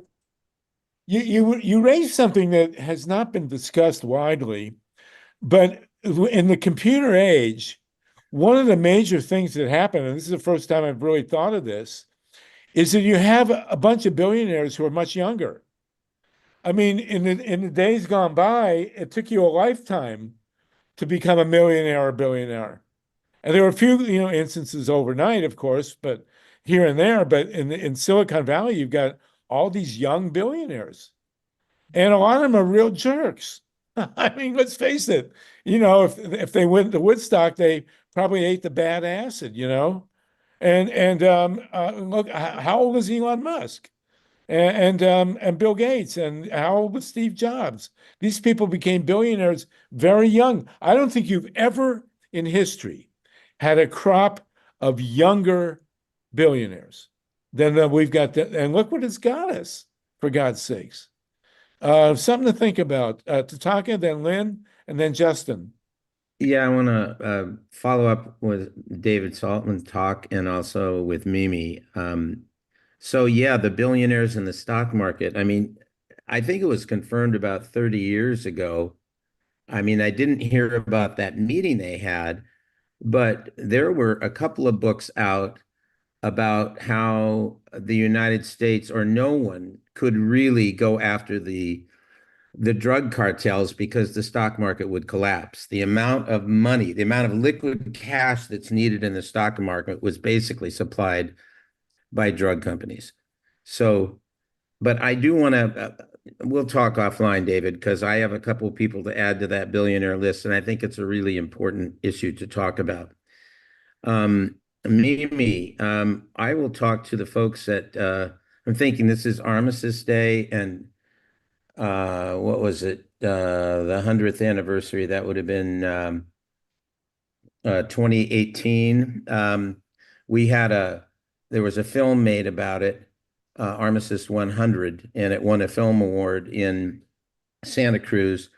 And I got together Vets for Peace and a number of other people, and we did a 2-day event in all kinds of places, but with Vets for Peace.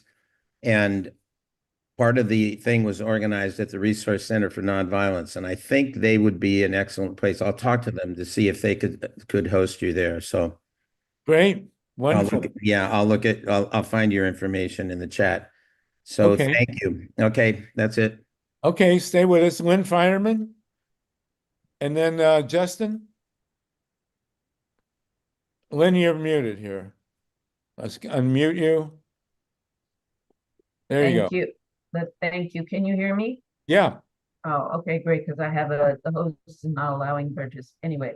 Per Harvey's comment about young billionaires, I would like to suggest that in the tradition of Madoff, Abramoff, Epstein, Weinstein, and etc., they have now imprisoned one of the most creative young billionaires, who of course is Jewish, Sam Bankman-Fried. And I think that, if you don't, and now of course, Elon is pushing crypto. So if you don't conform, if you're not in the club, you are endangered if you're a billionaire, especially if you're Jewish. Wow. I did want to think the name of the other female billionaire I was trying to think of is Mackenzie Scott. And she was actually tracked funding something progressive. I don't remember. So those three women, I don't know what Steve Jobs' daughter's first name is, but there are 3 billionaire women. Of course, the other question in that you have to ask in this election is, was the American public ready for a female president? And especially one of color. Any big picture historian looking at this election is going to ask that question. So there you go. Justin, anybody else want to speak? We're at 3:44. Justin, go ahead. Yeah, Justin speaking, right? So I have some questions to ask you about. So the billionaires bought the elections for Trump to win, given of how we couldn't be, and we've banned the working class people and the people of color and those Latinos, right? They turned us away. And given of how we're going through, where Biden should have dropped out much earlier than like April of 23 instead of running for a second term and then dropping out this late, not like back in July, So some question: how can we fight with those billionaires to ensure we have a safe and fair, secure elections the next time out, so that way we can win back coalition, so we can build the coalition we need to defeat Trump at the ballot box in 26 and 28, his MAGA cronies, because these guys are acting stupid. Well, from your lips to God's ears, if you can tell us how to do that, that's the point of these calls. We've been going for more than 4 years, and hopefully we'll go for another 4. We'll just see. But how to beat these guys, we're going to have to find out. I mean, look, as I said, we were handed a democracy. We grew up in a democracy, and or whatever it was, a republic, or somewhere in between. And to give a really quick, in 1791, in the founding of America, Alexander Hamilton wrote a treatise. It was called Report on Manufacturing, and he basically talked about how the rich people should run America. And then in 1971, the reverse of 1791, Lewis Powell wrote a memo saying that the chamber, for the Chamber of Commerce, saying that rich people should take over America, and very clearly. And then he went on, and then Nixon put him on the Supreme Court, and he did a couple of decisions, Bellotti and Buckley, that prevented the regulation of money in politics. And then we got Citizens United.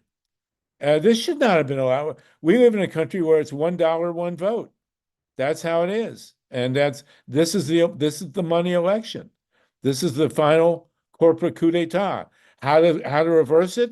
Well, that's, tune in next week. We'll have the answer by next week. Okay? Thank you for that. Tataki, you're going to give us the answer? Oh, you're muted again. Hold on. Anybody else is going to be pretty much your last chance. We're going to let you all go. It is a holiday. Okay, I want to thank Lynn Feinerman for that observation about the in club and how dangerous it is. Steve Jobs' daughter is Lisa. The computer never quite make it until it came back with arguably as the Mac, which is, I think, arguably the best Super Bowl halftime ad in history. Yeah, I remember that one. Yeah. So that's who the name was. But I probably mentioned this before. I'm very suspicious of Steve's death. Really? Wow. Yeah. Along with Prince. Prince was talking political stuff at the end, and then all of a sudden he's gone. And Steve's a complicated guy. Yeah, he was tyrannical, but he also, he had Muslim parents, okay? And he had a lot of great instincts. He put Gandhi up in his ads and Martin Luther King and anybody He was a huge Beatles fan. Yeah, and anybody that Joan Baez would date for a while can't be all bad. So anyway, I think he was the one person who could have spoken out on some of the issues that we have with big tech now. He might have been the guy to do it, and there may have been reason why he wasn't part of the club, and it was you froze just up for him on- to. What? Go ahead. You froze up for a minute. Oh, just that his living being, there might have been people who felt threatened by him just being alive because of his reach and the fact that he had a conscience. Okay. Thank you. That's something I hadn't thought of. Mike Hirsch, Steve Caruso, and I think we're about to sign off. Go ahead, Mike and Steve.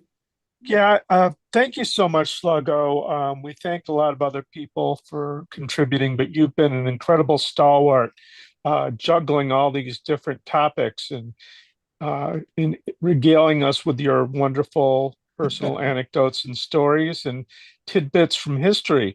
I think that this is a really positive, wonderful community. I really appreciate working on all of this, but like we've alluded to before, we are going to need some support. So Steve Caruso has already dropped into the chat a donation link.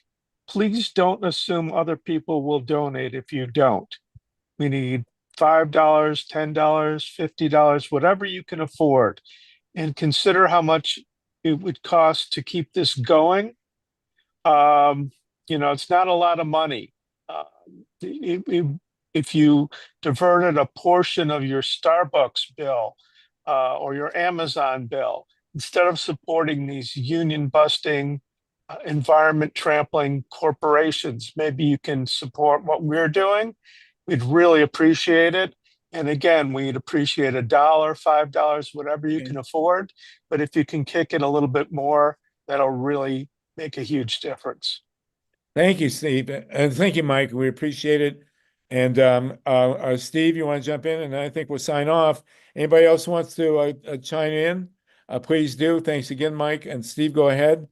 We still have Yeah, 38 people with us. I was looking for Carol Workman. Yeah, she's still here.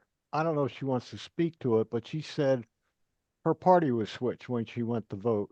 And I was trying to figure out what state it was, and I put the link in the chat.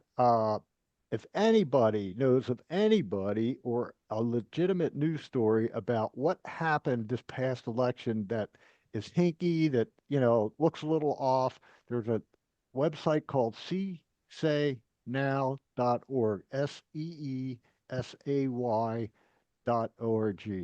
And you get on that page and you can fill out a report. And that way we have a location on the map. It puts you on the map. So right now it's pretty sparse. I'd like to see the thing fill up because I did one myself just for things that I found back in 2000, whenever, and all the crazy stuff that went on. And it was, pretty fat. So we need stuff.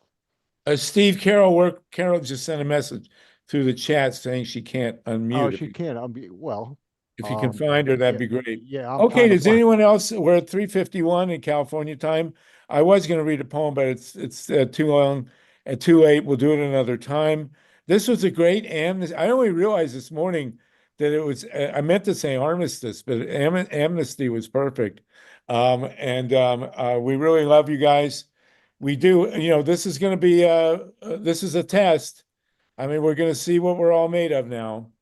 And like I say, we grew up in something that was handed to us. We waged our fights along the way for civil rights, for the environment, for ending the war in Vietnam and other things, and legal pot, for God's sakes. I will say this, in January of 1967, before a lot of you were born, I wrote an editorial in the University of Michigan Daily that just by accident went worldwide. And it said that we should legalize pot. Why would an editorial by a college editor go advocating legal pot go worldwide? And the trustees of the university wanted to shut down the newspaper for a college senior advocating legal pot. And here we are 50 years later. I am surrounded in West LA by pot shops. So, we do win a few. Donald Trump will not be forever. It's going to be a wild, ugly, difficult, terrifying ride. But here we are. And there's nowhere to go. Unlike the Germans, when Hitler came to power, they could come to the United States. We're in the United States. And the German government just fell. So I don't know about any of that stuff, So we will meet again next week. Same time, same link. Thank you, Steve Caruso, for engineering, Mike Hirsch, and all of you. A lot of new people today. And everybody, please get in the habit of speaking up. Salty, Dave Saltman, John Steiner, great to hear from all of you. Ray Lutz, and John LaForge, Lynn Feinerman, all you guys, and Mimi for your wonderful poetry. We really appreciate it. Anybody else want to say anything? It's 3:54. We're gonna go. Everybody wave. We love you all. I just want to say, Omatakiasan, all our relations. There's no separation in all the universe. And si se puede. Si se puede. You got it. And Donald Trump, you got what you wished for. Let's see what happens next. Okay, everybody. We'll see you next week. No nukes. Carol Workman popped in and said that she lives in Beckley, West Virginia, former Columbus resident too, and went to OSU, been registered as independent several years. Although I generally vote Dem, they just changed me to Dem. Okay, so if you voted Dem in a primary, then they'll switch it. But whether you did that or not, I don't know. If you think there's a further problem and you can want to make a report on seesaynow.org, please do so. Thank you, Carol. Go ahead. Go ahead. If I vote Democratic in a primary, that means they're allowed to change me? Yep. That's what they do in Ohio. Well, it you voted depends in on West the Virginia? state. It depends on the state. All right. They're in a state with an open primary that wouldn't happen. I don't know if West Virginia has open primaries, but again, changing your party affiliation is definitely a problem if it's not what you wanted. What's much worse is if they don't let you vote at all. So that's Oh, what yeah. kind of what we're focusing The on. worst thing of all is if they do let you vote and then they don't count it. That's what I mean. Right. I have, I'm wondering if a lot of people's votes here were counted. Plus, I'm talking to people about, that are involved with the NAACP, and they've gone to vote and they weren't able to vote because they'd been purged. And they didn't know that they'd been purged. Well, we will But- have Greg Palast on, Carol, to talk about that next week or the week after. So come join Carol, us again. this is really important now. Listen to me. By the end of November, we need data to log in and file a complaint. So, Carol, if you can get a hold of your friends, give them that link, have them fill out a report. People are working on this right now in the background. They're not here. They're not talking with us right this second. Maybe Ray was some, maybe y'all are. I don't know. But by the end of November, December 11th is when they say, this was the vote tally, this is what we get, and this is who's president. So if we can prove them wrong, we don't, go ahead. Yeah, I've lived here like 9 years and I voted in every single primary. And this is the first time that they've changed my party affiliation, which was kind of a surprise. So you were John Steiner? Good. Did you raise a hand, John Steiner? No. Okay, Carol, that's important. Come back with us. And I'm Please. going to conclude by saying, I don't believe it for a minute. I really don't believe this election. I don't think it's real. I think it was bought and paid for. And now